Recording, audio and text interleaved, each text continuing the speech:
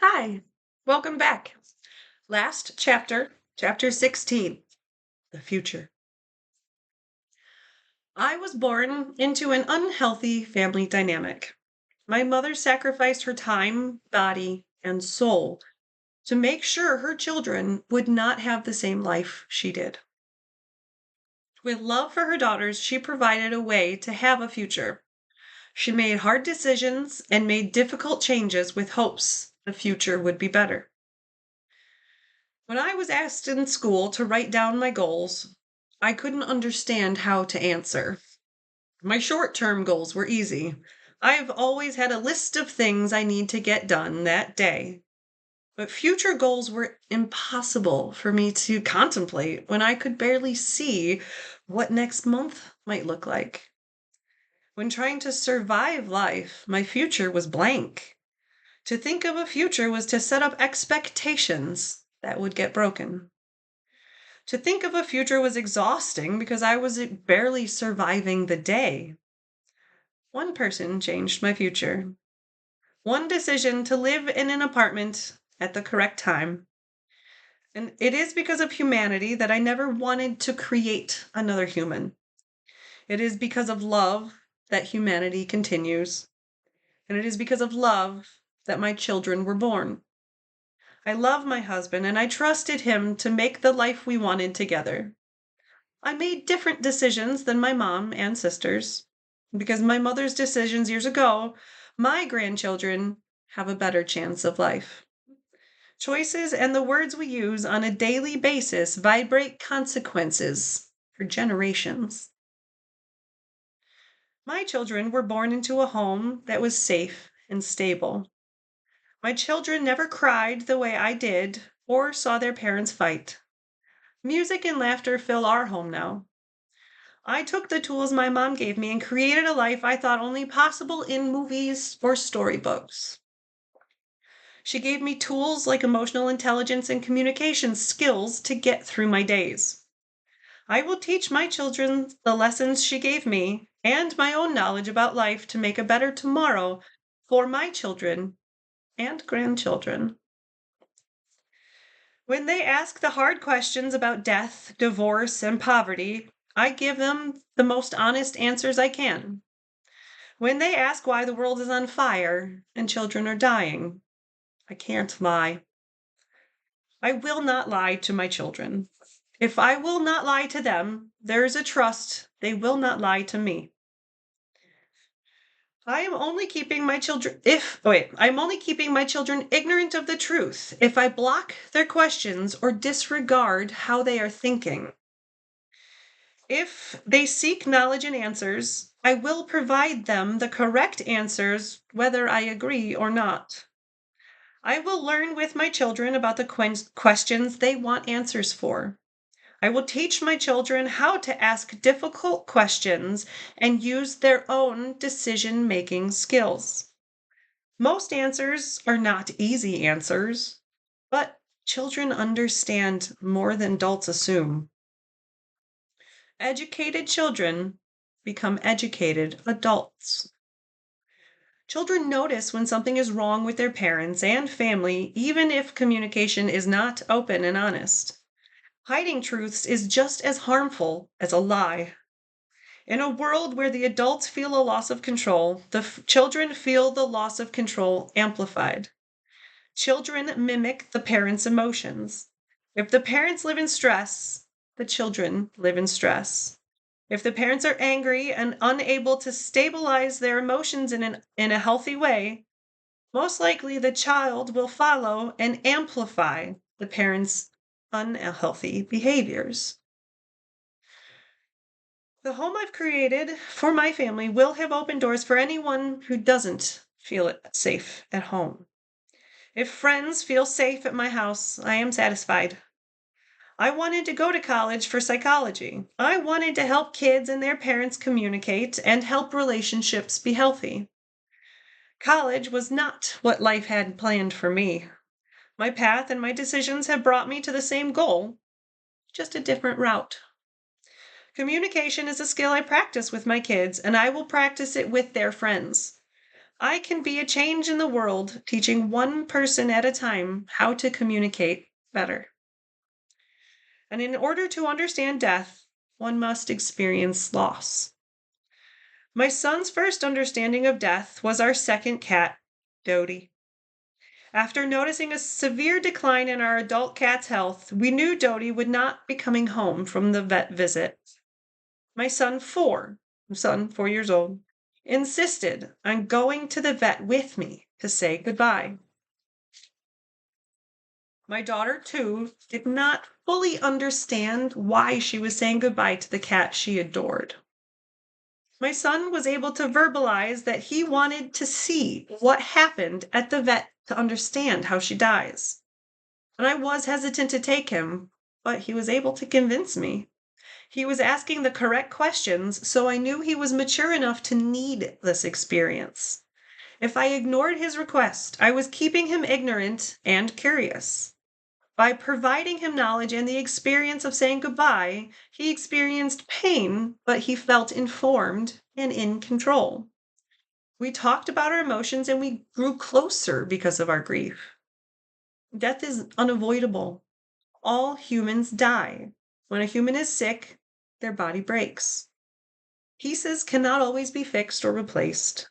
And I have imagined death so much it feels like a memory from Hamilton. I do not fear death. I fear the pain I would leave behind. I fear my husband dying before I do.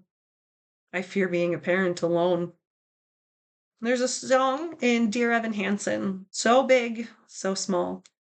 And I cannot listen to that song without getting goosebumps and thinking of my mom. Conversations about death happen often in our house. Because of our in-laws' health, I assume their deaths would be the first supreme loss my children face. The love my children carries for their grandparents is pure and total. It is a love for a grandparent I cannot fully understand. My children have watched movies like Coco, which inspired phenomenal questions and conversations. The grief of losing our cat would come later for our daughter. Once her brain was able to comprehend Dodie wasn't coming back from the vet, it took months for her to move on. Every day she talked about how much she loved Dodie and missed her. For months, she would tell people we still had 2 cats, but one died. Pictures of the cat were hung in her room, and there's a Christmas ornament in her honor. Dodie was the first pet that ever died in my arms. All other cats were given other homes before their lives were finished. For 11 years, our second cat was spoiled and loved. She had a secret friend in our first cat, Ninja, and neither of our cats enjoyed having children in the house. Our daughter wanted nothing more to cuddle with them, though, and it took years for my husband to acclimate Ninja to our daughter's energy and love of pets. So my life was stable, but the same had not happened for my mom yet. Mom had been living with the bald man in a house in Iowa.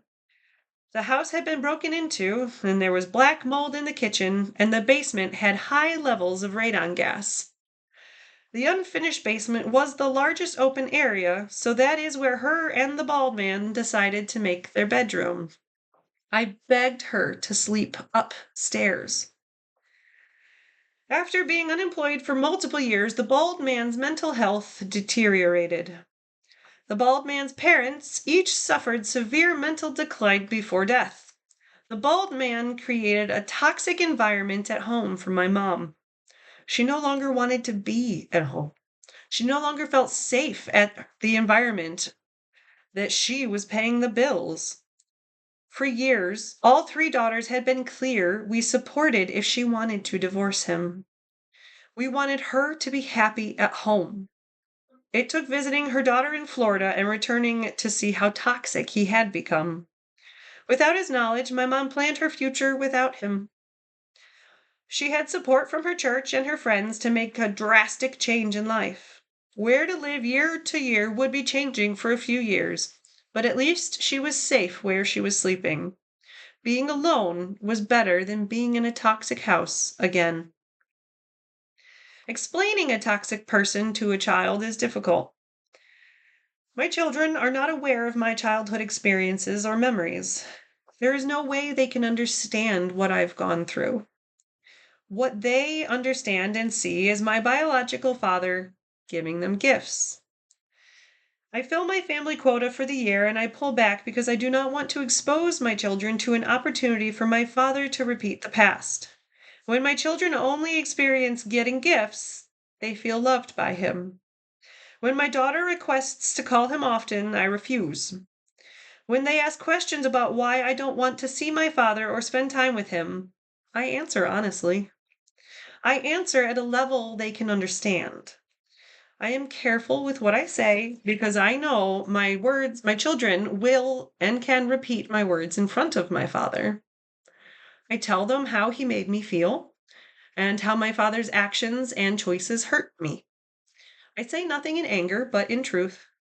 The older my kids get, the more they understood my actions towards my father. The more interactions they have with him, the more they understand my distance from him. And I am thankful for everything I have in life. I have no regrets because I am happy where my choices brought me. I have a partner in everything and uplifts me and supports me. When my teeth hurt as an adult, I was encouraged to get Invisalign to fix my shifted teeth. My middle sister, had always loved to floss, but it was unimportant to me. After Invisalign, I understood my sister's desire to floss. Once my teeth were in the proper places, I had a new desire to floss my teeth more often than I ever had before. When being in a hotel was made harder by my blindness without glasses, my husband spoiled me with LASIK surgery. Never in my wildest dreams had I ever thought I'd be able to get my eyes fixed. I was thrilled with two pairs of glasses that were also sunglasses. I cried in happiness when it was decided that LASIK surgery was an option. Year after year, my husband continues to invest in me and make me happier. While my kids are at school, I went to eye appointments. And it's a small world, so the eye office was near my adopted father's house. The last time I saw him was my wedding. We took no pictures together at the wedding. He left before dancing on the floor, or he left before dancing on the dance floor, but he made sure to see me. He looked at me with such pride and love in his eyes. We barely had spoken, but I had still felt like his daughter in a way. In a way, I did miss him. Enough time had passed that our past wasn't a concern to me. He didn't know how to be a dad to me.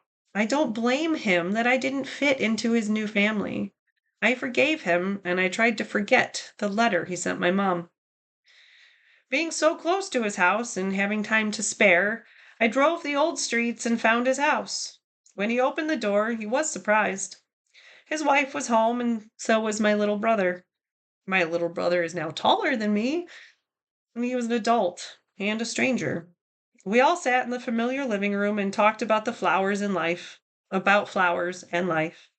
After a cup of coffee, it was time for me to leave. It was good to see my little brother again.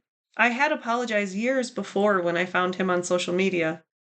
I figured the lack of communication was because he was busy with life. I didn't take the lack of communication personally. I had no right to expect him to be open with me. I had unrealistic expectations of our reunion. I thought when I came back it would be comforting and healing. Instead, it was awkward and clear we still didn't have the same values. My adopted father's wife loved being a mother, so my comments about struggling were difficult for her to understand. It was not with her I was truly wanting to visit, so I tried to focus on the man who helped me in life. Over the course of the next few months, I would reach out to my adopted father and invite him to events. When I was in high school, my adopted dad brought me to a hockey game and baseball games. Now I was bringing my son to the same baseball field events he took me to. Having never met my children before, I thought this would be a great introduction. He was unable to attend. To give my adopted dad enough notice for the next event, I sent him the information months in advance. Summer had come, and it was my birthday. I wanted my adopted father to come to my life, to my party. I had come so far from where I was, and I wanted him to see how happy I was. I wanted to introduce him to my children and show him my garden. And when the day came, he decided to play golf in the morning. When golf was done, he was too tired, and it was too hot outside to come to my party. It was clear he wasn't willing to put any effort forth in the relationship. It was clear that my little brother had no interest in keeping touch with me, and I remembered why I left the house. I remembered how I felt. I was greatly disappointed on that day of my party that he didn't come to my house. And once I organized my thoughts, I accepted that he is a person of the past. At one point in my life, he made me feel stronger and feel loved, and I had to accept the fact that our relationship had changed. That chapter of my life was closed, but I wasn't upset. I had emotionally let go my adopted father long ago. We could not go backwards, and there was no future in the relationship. The only person I needed for my future was my husband. I had resigned myself to poverty before he started taking care of me. I never could have dreamed a better future for myself than the one he's let me create for our family. My life has never been better. My stress level has never been so low. The most stressful part about my life is motherhood and my dreams. Vivid dreams are nothing new to me. I've wanted to enroll in dream studies because I've always loved my dreams and wanted to learn more. When I was most afraid of losing my church best friends, my dreams taunted me.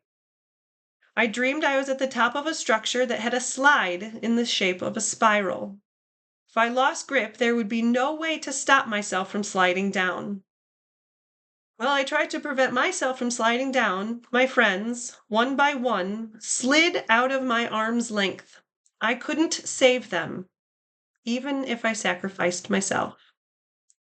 Our friendships were lost. It's not uncommon for me to dream that I'm about to die. I have learned in my dreams that I have no control of the situation around me. As I sit on my plane seat, falling through the air while gravity pulls the aircraft down, I can't escape. Or I'm on a broken wing of a plane as it's being pulled down by gravity. The only thing I can do is control my breathing. I don't know when the impact will happen, but I can't run and I can't change the outcome. All I can do is wait for the calm of black surrounding me. And I love my house, and I plan to die in my house. When I wake up in a different house, I know I'm dreaming, but the emotions feel real. As I plan where I want to plant the new garden, I cry over the plants I had to leave behind. I ask my husband why we had to leave our home when we were happy. I am haunted regularly by dreams that I need to pack my things quickly into boxes. In most dreams, my mom has to drive hours to come help me. Not all of my boxes are going to fit in the cars we have. We can only make one trip because we have to travel so far to get home. Most of my things are left behind or lost. My life is broken again every time I am forced to pack in my dreams. My dreams do not protect me from depression. When I'm tired in my dreams, I can feel it in my bones. Every muscle fiber can feel the weight of depression when I am tired enough to need sleep while I'm sleeping. It's amazing how heavy the brain can make your body feel. And waking up next to my husband makes me happy. Seeing him in our bed, in our home, gives me comfort every day. My brain plays with my mind at night when I dream. I can't find my husband. It's like I'm in high school again and I can't find him. He hasn't been talking to me for days, and I wonder if we're even still together. I can't remember if we had a fight or if I upset him, but he's not around. And I don't know why I'm alone. My phone refuses to obey my fingers, so I can't call him. Technology makes no sense as I try to contact my mom or anyone who could help me find out where I am. I am alone, but I am desperate to find him. When my body dream is panicking because the rocket ship is broken or because gravity is off, all I can do is control my breathing. Staying calm is how I can control my dreams long enough to bump against the sun and realize I've changed the solar system's whole gravitational rhythm. It's silly, but it feels serious. Sometimes my dreams being end up being fantastic stories or experiences. Dreams have felt like alternate timelines and movies that I just pause while I'm awake. I know the dreams are dreams, but the emotions feel real. Maybe I dreamed it. Maybe it was only an idea. But one day I started to picture my life like a string. My string created a large ball that was one large knot made of thousands of smaller knots. Over, under, and twisted, the string was stuck. At the end of the string, I could control. I am the size of Thumbelina. It's my job to move this massive piece of string and figure out how to untie the knot of my life. I am given no instructions, just left to figure it out on my own. At some points in my life, it would feel waxy. I would be stuck until I couldn't move until I could remove the extra complications. Maybe in one of my last dreams, I'll finally be able to unfinish tying my knot ball. No one knows their future. Scientists have used years of data to warn humans about consequences for humanity's selfish and short sighted decisions. Oceans are rising, empires are falling under the influence of enemies, and humans are falling. All right. Mental health is declining while poverty is rising. We live in a society of fear, facing unimaginable changes in our Earth's ecosystems. Food supplies could be threatened in my children's lifetime. Consumers are squeezed to get as much money out of them as possible. The governments lift up humans that are easily manipulated and easily controlled. History is being repeated now as those who claim the title president or king. The noblemen surround the oligarchs with intention to manipulate the peasants. Normalizing manipulation of the masses has been practiced for generations. I'm tired of being manipulated. I'm tired of being tricked out of my money or time. Society is tired of being on high alert at all times. I fear sending my children to school because lawmakers won't regulate gun control. People are angry for the sake of being angry. Humans want to cause pain to other humans on a regular basis. And I have and I even have an escape plan for if I'm part of a mass shooting incident because I will not be unprepared. I will not be an unprepared bystander. I fear for the world my children will see as an adult. I fear my grandchildren will be left a broken earth after a war that is always looming. I have hard conversations with my young children because I know I could be taken away at any second. All right, lost my place. Dun, dun, dun, dun, dun, dun, dun. All right. Every moment I have with them is a moment I want to give them knowledge of how to survive the future. I will die eventually, and if it's before my children expect it, I hope I've given them the tools they need to heal and soothe their pains. Humans are destroying most of the ecosystems that have been established for centuries and that regulate the resources we depend on. Earth is a force humans cannot control, and now it's becoming unpredictable and far more extreme more often. Earth ecosystems provide the clean air we breathe, the stable, fertile ground we walk upon, and the water our bodies need to survive. Corporations have knowingly polluted the only air we have. Our soil is filled with toxic waste as our earth is slowly suffocating. Humanity has poisoned the depths of Earth's oceans and ourselves with plastic. Humans have dumped chemicals into Earth's water on purpose and spilled mountains worth of oil on accident and carelessly trying to spend less money. Humans are greedy and selfish with resources without regard to anything but profit. I fear by the time my children are adults, all natural resources will be contaminated beyond repair. WALL-E and Lorax are coming true before our eyes. Humans are the equivalent to orcs in Lord of the Rings. Humans are a parasite upon the earth as we spread across the warming lands. The earth will heal after humans destroy themselves. I have no hope for humanity. My hope for the future is not my children. That is too much pressure to put on them. It's too much pressure to put on another human being.